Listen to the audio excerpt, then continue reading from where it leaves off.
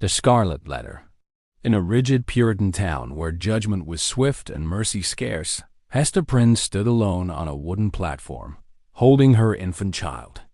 The crowd watched in stern silence as the scarlet letter A burned brightly on her chest, a mark meant to shame her forever. She did not look away. Hester had broken the laws of her society, but she refused to name the man who shared her secret. Her silence was an act of quiet defiance. The town could punish her body and reputation, but her conscience remained her own.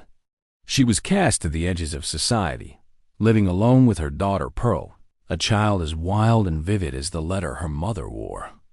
Pearl was curious, perceptive, and untamed, a living reminder of love that defied rules.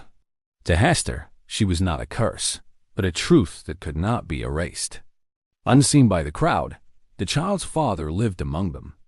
Arthur Dimmesdale, a gentle minister, carried his guilt in silence.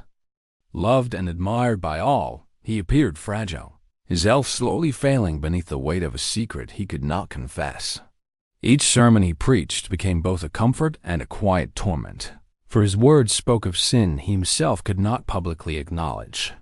Watching from the shadows was Roger Chillingworth, Hester's estranged husband, returned under a false name.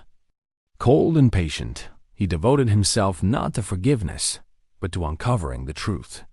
When he discovered Dimmesdale's secret, his purpose narrowed into obsession. Revenge became his reason for living. Years passed. Hester's punishment changed her. Through kindness and strength, she earned a reluctant respect. The Scarlet Letter, once a symbol of disgrace, came to represent resilience. Yet Dimmesdale weakened, and Chillingworth's presence fed upon his suffering. At last, beneath an open sky, Dimmesdale could bear the silence no longer. He stood with Hester and Pearl before the town and confessed the truth he had hidden for so long. In that moment, honesty brought him peace, even as it ended his struggle. Chillingworth, deprived of his purpose, withered away. Hester remained. She left the town for a time, but returned years later, still wearing the Scarlet Letter, now by choice. It no longer marked her shame, but her strength. In a world ruled by judgment, Hester Prynne had claimed something far rarer than forgiveness. She had claimed herself,